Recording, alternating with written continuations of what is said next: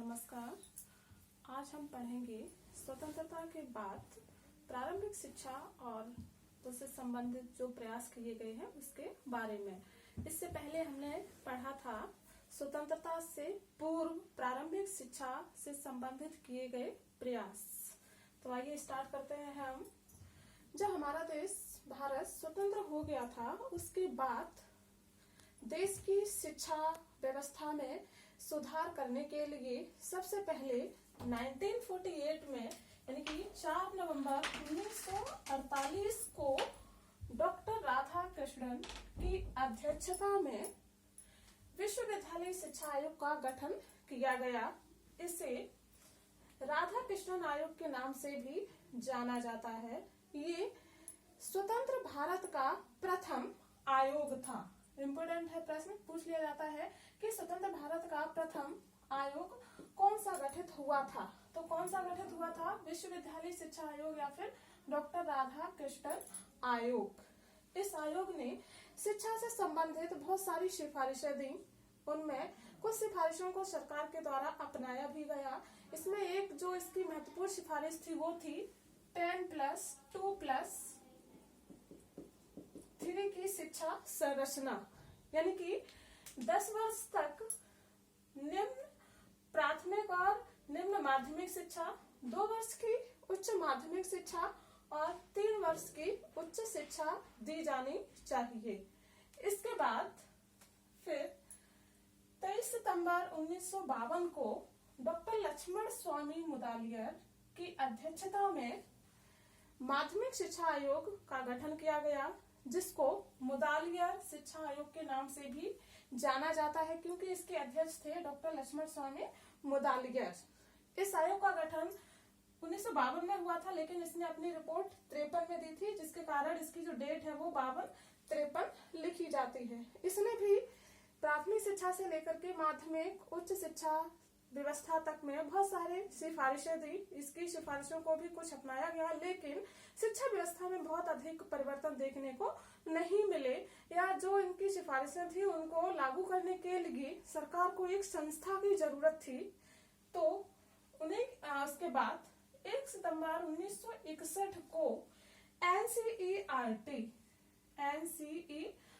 का गठन किया गया, यानी कि national council of educational research and training, राष्ट्रीय शैक्षिक अनुसंधान एवं प्रशिक्षण परिषद, जो कि विशेषतः स्कूली शिक्षा से संबंधित है। ये प्रश्न पूछ लिया जाता है कि निम्नलिखित में से कौन सी संस्था स्कूली शिक्षा से संबंधित है या कक्षा 12 तक की शिक्षा से संबंधित है। तो जो एनसीईआरटी है वो मुदालियर शिक्षा आयोग ने जो भी अपनी सिफारिशें दी थी उनको लागू करने के लिए एनसीईआरटी का गठन हुआ था। और एनसीईआरटी जो है वो कक्षा 1 से लेकर के 12 तक की शिक्षा व्यवस्था से संबंधित कार्यों को करती है, पाठ्यक्रम का निर्माण करती है एनसीईआरटी। साथ ही इसका फुल फॉर्म भी आप याद रखिएगा। और ये किससे संबंधित है? कक्षा 12 तक की शिक्षा से, स्कूली शिक्षा से संबंधित है। इसके बाद 14 जुलाई 1964 को कोठारी आयोग का गठन किया गया। कोठारी आयोग इसको इसलिए कहते हैं क्योंकि इसके जो अध्यक्ष थे वो थे डॉक्टर DS कोठारी। इन्हीं की अध्यक्षता के कारण, इनके नाम के कारण इसको कोठारी आयोग कहा जाता है। इसे राष्ट्रीय शिक्षा आयोग या भारतीय शिक्षा आयोग के नाम से भी जाना जाता है। ये आयोग इन दोनों आयोगों की अपेक्षा अधिक महत्वपूर्ण था क्योंकि इसने प्राथमिक शिक्षा से लेकर के उच्च शिक्षा, शिक्षक प्रशिक्षण संस्थान, बीएड, एमएड आदि से संबंधित इसने अपने बहुत सारे सुझाव दिए थे। साथ ही देश की जो नई राष्ट्रीय शिक्षा नीति थी और राष्ट्रीय शिक्षा नीति थी उसके लिए भी इसने सिफारिश की थी सरकार से। इसी की सिफारिशों के आधार पर 1968 में स्वतंत्र भारत की प्रथम राष्ट्रीय शिक्षा नीति का गठन किया गया था। किस नीति का गठन किया गया था? प्रथम राष्ट्रीय शिक्षा नीति। ये भी प्रश्न पूछ लिया जाता है अक्सर कि स्वतंत्र भारत की प्रथम राष्ट्रीय शिक्षा नीति किस सन में गठित हुई थी? तो वह गठित हुई थी 1968 में गठित हुई थी। ये जो प्रथम राष्ट्रीय शिक्षा नीति थी इसने भी बहुत सारी सिफारिशें दी थी, जिसमें से एक इसकी जो महत्वपूर्ण सिफारिश थी वो यही थी, पूरे देश में 10+2+3 की शिक्षा संरचना लागू की जानी चाहिए। साथ ही जो सरकार है, केंद्र सरकार है, उसके संपूर्ण बजट का 6%, कितना, 6% जो है निवेश किस पर किया जाना चाहिए, शिक्षा पर किया जाना चाहिए। ठीक है, ये इसके दो महत्वपूर्ण सिफारिशें थी। लेकिन संसाधनों के अभाव के कारण ये राष्ट्रीय शिक्षा नीति अपने उद्देश्यों को पूरा करने में असफल रही और फिर सरकार ने 1973 में एनसीटीई का गठन किया। एनसीटीई का फुल फॉर्म है national council of teacher education. ठीक है, ये भी अक्सर प्रश्न पूछ लिया जाता है, जैसे कि एनसीईआरटी 1961 में इसका गठन हुआ था, एनसीटीई 1973 में इसका गठन किया गया था। उसके बाद 1993 में एनसीटीई एक्ट लागू हुआ और 1995 में इसको संवैधानिक दर्जा प्रदान किया गया। ये इसके 3 समय है। 73 में इसका गठन किया गया, 1993 में एनसीटीई एक्ट बनाया गया और 1995 में संवैधानिक इसको दर्जा प्रदान किया गया। जैसे एनसीईआरटी स्कूली शिक्षा से संबंधित है, वैसे ही एनसीटी जो है वो शिक्षक शिक्षा से संबंधित है। किससे संबंधित है? शिक्षक शिक्षा से संबंधित है। यानी कि जितने भी आपके बीएड कॉलेज हैं, डीएलएड है, बीएड है, बीटीसी जो कॉलेजेस हैं, तो उनसे संबंधित जितने भी नियम होते हैं, शिक्षा पात्रता परीक्षाएं होती हैं, आदि का जो निर्धारण है वह है एनसीटी के द्वारा ही किया जाता है।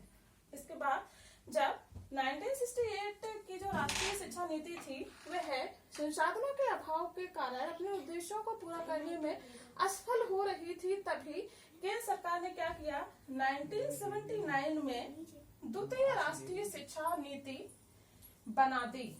द्वितीय राष्ट्रीय शिक्षा नीति बना दी और इसके जो कुछ उद्देश्य थे वो 1968 की पॉलिसी से कुछ चेंजेस थे इसमें।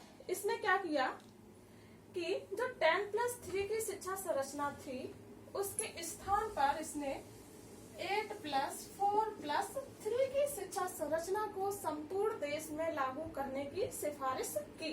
यानी कि 8 वर्ष की वही प्राथमिक शिक्षा, 4 वर्ष की माध्यमिक शिक्षा और 3 वर्ष की उच्च शिक्षा देने की इसने सिफारिश की। हालांकि इनकी जो सिफारिशें थी उनको नहीं अपनाया गया। फिर इसके बाद 26 सितंबर 1985 को मानव संसाधन विकास मंत्रालय का गठन किया गया। यानी कि जो मानव संसाधन विकास मंत्रालय है ये मानव के विकास से संबंधित, शिक्षा से संबंधित महत्वपूर्ण कार्यों को करता है। पहले जो शिक्षा मंत्रालय था वो अलग मंत्रालय था, लेकिन बाद में शिक्षा मंत्रालय को मानव संसाधन विकास मंत्रालय के अंतर्गत ही मिला दिया गया है। कभी कभी प्रश्न पूछ लिया जाता है कि मानव संसाधन विकास मंत्रालय कब गठित हुआ था, तो 26 सितंबर 1985 में गठित हुआ था। वर्तमान में जो इसके अध्यक्ष हैं उसका नाम आप हमें कमेंट बॉक्स में लिख करके बता सकते हैं। फिर जब 79 की पॉलिसी भी अपने उद्देश्यों को पूरा करने में असफल हो रही थी, तब 1986 में कोठारी आयोग की सिफारिश के आधार पर नई राष्ट्रीय शिक्षा नीति का गठन किया गया। ठीक है, ये तो थी राष्ट्रीय शिक्षा नीति के नाम से। अभी तक हमने इनको जाना 68 की पॉलिसी और 79 की पॉलिसी को। जो 1986 की पॉलिसी थी उसको हम नई राष्ट्रीय शिक्षा नीति के नाम से जानते हैं, क्योंकि इसने प्राथमिक शिक्षा से लेकर के उच्च शिक्षा, स्त्री शिक्षा, व्यावसायिक शिक्षा आदि से संबंधित इसने नए ढंग से सोचने का प्रयास किया और नए तरीके से सिफारिशें भी दी। जिसकी महत्वपूर्ण सिफारिशें हैं, जैसे संपूर्ण देश में 10+2+3 शिक्षा संरचना लागू की जानी चाहिए। अभी हम बता चुके हैं 10+2+3। साथ ही प्रत्येक जिले में नवोदय विद्यालय की स्थापना की जानी चाहिए। प्राथमिक शिक्षा में न्यूनतम सुविधा या शिक्षा की गुणवत्ता में सुधार करने के लिए ऑपरेशन ब्लैक बोर्ड योजना लागू की जानी चाहिए। सर्व शिक्षा अभियान, यानी कि जो 6 से 14 वर्ष तक के बच्चे हैं उनको अनिवार्य और निःशुल्क शिक्षा देने के लिए सर्व शिक्षा अभियान लागू किया जाना चाहिए। प्रत्येक जिले में शिक्षकों के प्रशिक्षण के लिए डाइट की स्थापना की जानी चाहिए। तो ये 5 पॉइंट है, इसके बहुत ही महत्वपूर्ण है। ये अक्सर प्रश्न पूछ लिए जाते हैं कि डाइट की स्थापना किस नीति की सिफारिश के आधार पर की गई थी। तो किसके आधार पर की गई थी? 1986 की पॉलिसी के आधार पर की गई थी। अब हम इनको समझ लेते हैं। नवोदय विद्यालय प्रत्येक जिले में स्थापित हैं। साथ ही ये जो ग्रामीण क्षेत्र के प्रतिभाशाली बच्चे हैं, विशेषकर उनके लिए ये स्थापित किए गए थे। इस नई राष्ट्रीय शिक्षा नीति ने सिफारिशें कब दी थी? 1986 में दी थी, लेकिन ये नवोदय विद्यालय जो गठित हुए थे वो 1987 में गठित हुआ था। ऑपरेशन ब्लैक बोर्ड ये भी 1987 में प्रारंभ हुआ था। इसका मुख्य उद्देश्य था जो प्राथमिक विद्यालय थे उनमें भौतिक संसाधन उपलब्ध कराना और शिक्षा की गुणवत्ता में सुधार करना। शिक्षा की गुणवत्ता में सुधार करना। ये प्रश्न पूछ लिए जाते हैं कि ऑपरेशन ब्लैक बोर्ड का क्या उद्देश्य था। तो ऑपरेशन ब्लैक बोर्ड का जो प्रमुख उद्देश्य था वो यही 2 थे कि जो प्राथमिक विद्यालय है उनमें भौतिक संसाधन उपलब्ध कराना और जो प्राथमिक शिक्षा है उसकी गुणवत्ता में सुधार करना। सर्व शिक्षा अभियान, इसका जो उद्देश्य था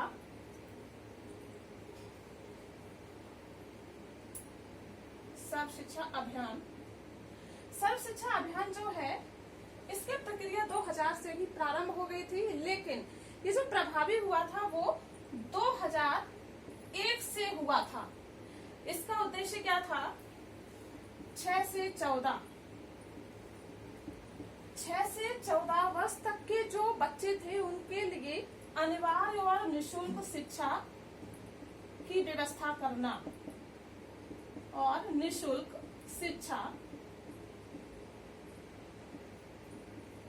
की व्यवस्था करना या प्रदान कराना, ये इसका मुख्य उद्देश्य था। ये भी प्रश्न पूछ लिया जाता है कि सर्व शिक्षा अभियान कब लागू हुआ था। तो सर्व शिक्षा अभियान जो है वो 2001 से लागू हुआ था, लेकिन इसकी जो प्रक्रिया है, जो प्रारंभ है वो कब से हो गया था? वो 2000 से प्रारंभ हो गया था। और ये किसकी सिफारिश के आधार पर बना था या लागू हुआ था? 1986 की पॉलिसी की सिफारिश के आधार पर। डाइट, प्रत्येक जिले में जिला शिक्षा प्रशिक्षण संस्थान डाइट की स्थापना की गई थी 1987 में। जो आप बीटीसी करते हैं या ट्रेनिंग लेते हैं, जो प्राथमिक शिक्षा या जूनियर के जो शिक्षक होते हैं उनको डाइट में ही ट्रेनिंग करवाई जाती है।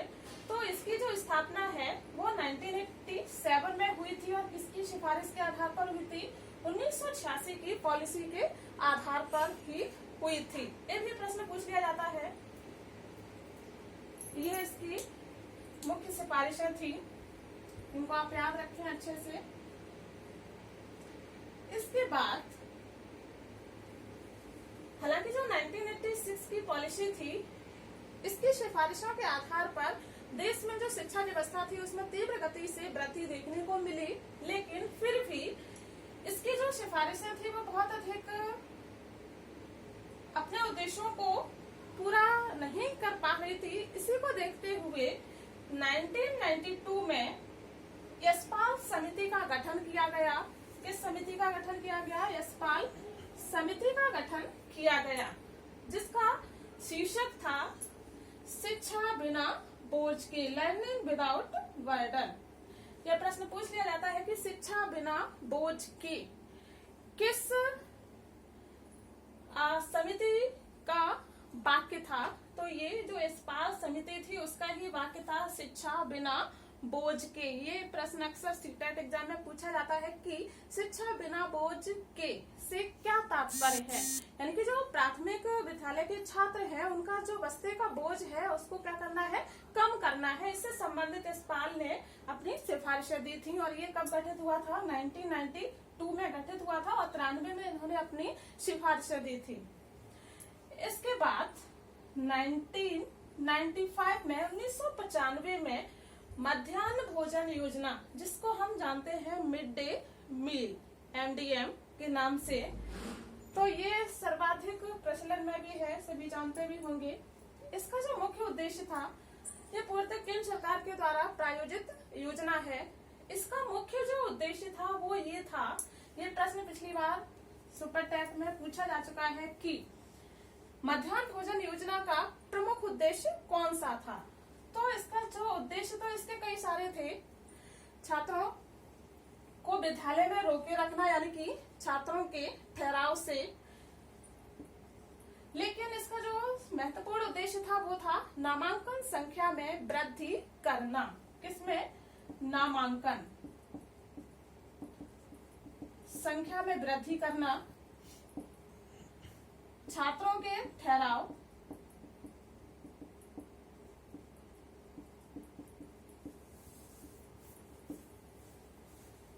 छात्रों के ठहराव से, या शिक्षा जो साक्षरता प्रतिशत है उसमें वृद्धि करना। तो बहुत सारे इसके उद्देश्य थे, लेकिन जो इसके दो महत्वपूर्ण उद्देश्य थे वो यही थे, छात्रों की जो नामांकन संख्या है उसमें वृद्धि करना और विद्यालय में छात्रों को रोके रखना, यानी कि छात्रों का ठहराव रखना। तो ये इसके दो महत्वपूर्ण उद्देश्य थे और ये कब बना था, 1995 में बना था। ठीक है। फिर इसके बाद शिक्षा व्यवस्था में बहुत अधिक आमूलचूल परिवर्तन देखने को मिले। तो इसी उसमें श्रृंखला में 2005 में राष्ट्रीय पाठ्यचर्या रूपरेखा इसका गठन किया गया। इसको हम समझा देते हैं, NCF जिसको हम कहते हैं।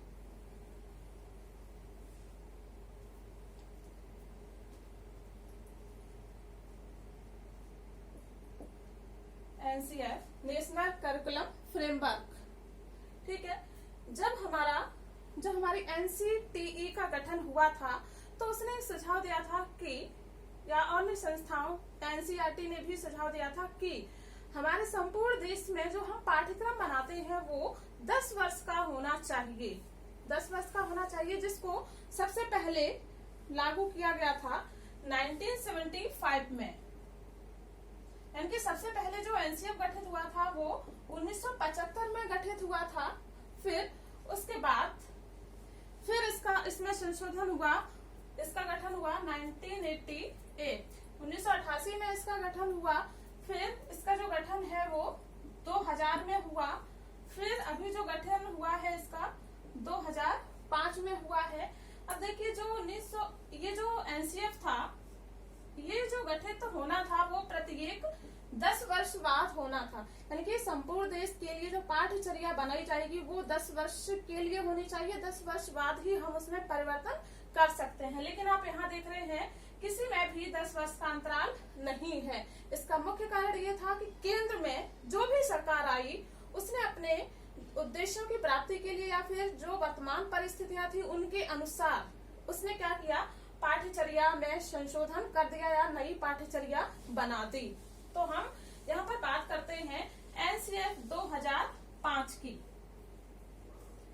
NCF 2005 है ये, इसका जो गठन है वो NCERT के द्वारा ही किया गया है। ये भी प्रश्न पूछ लिया जाता है कि अब देखिए जो NCERT है ये विशेषतः स्कूली शिक्षा से संबंधित है और ये क्या करती है, ये पाठ्यक्रम का निर्माण करती है कक्षा 1 से लेकर के 12 तक। तो जो अब यहाँ पर भी हम किसकी बात कर रहे हैं, पाठ्यक्रम की ही बात कर रहे हैं। तो NCF जो 2005 है इसका जो गठन है वो NCERT के द्वारा किया गया था। साथ ही इसमें जो सहयोग दिया था वो मानव संसाधन विकास मंत्रालय MHRD के द्वारा इसमें सहयोग दिया गया था, क्योंकि जो शिक्षा मंत्रालय है वो इसी के अधीन कर दिया गया है। तो एनसीईआरटी इसको बनाती है और मानव संसाधन विकास मंत्रालय ने इसमें सहयोग दिया और एनसीआर 2005 का गठन किया।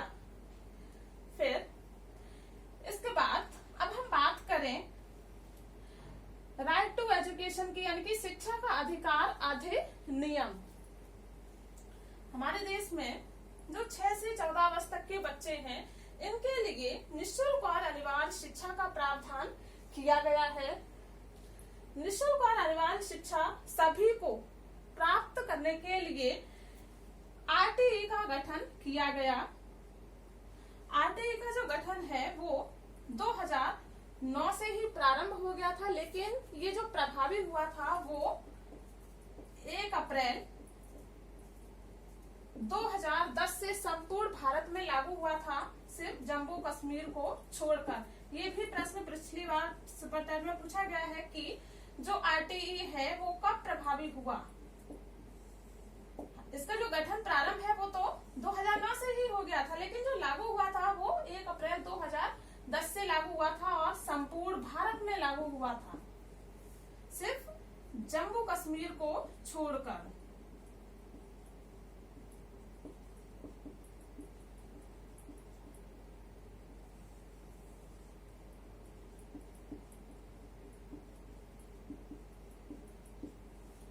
जम्मू कश्मीर को छोड़कर। अभी जो आरटीई है वो क्या करता है, जब अनिवार्य और निःशुल्क शिक्षा को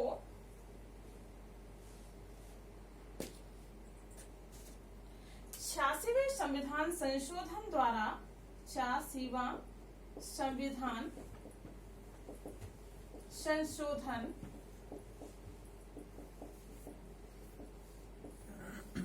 2002 द्वारा निःशुल्क और अनिवार्य शिक्षा को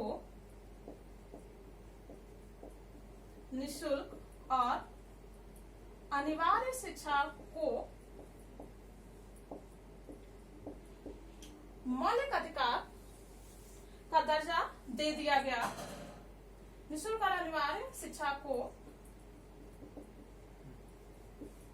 अनुच्छेद 21 के अंतर्गत मौलिक अधिकार का दर्जा दे दिया गया। तो इसकी प्राप्ति के लिए आरटीई का गठन किया गया। आरटीई क्या करता है, राइट टू एजुकेशन, ये सभी को अधिकार देता है कि वह निःशुल्क और अनिवार्य शिक्षा की प्राप्ति करें। ठीक है, तो यदि आप इसको डिटेल में समझना चाहते हैं तो आप हमारे कमेंट बॉक्स में लिख सकते हैं, तो हम इसको बाद में समझा देंगे। एक और योजना थी साक्षर भारत मिशन, जो कि वर्तमान में चल रही है, लेकिन ये इसमें रिन्यूअल ना होने के कारण ये योजना कुछ दिनों के लिए अभी स्टॉप हो गई है। जो हमारे देश में निरक्षर लोग हैं 15 से 35 आयु वर्ग के, उनको शिक्षा प्रदान करने के लिए, यानी कि उनको अक्षर ज्ञान कराने के लिए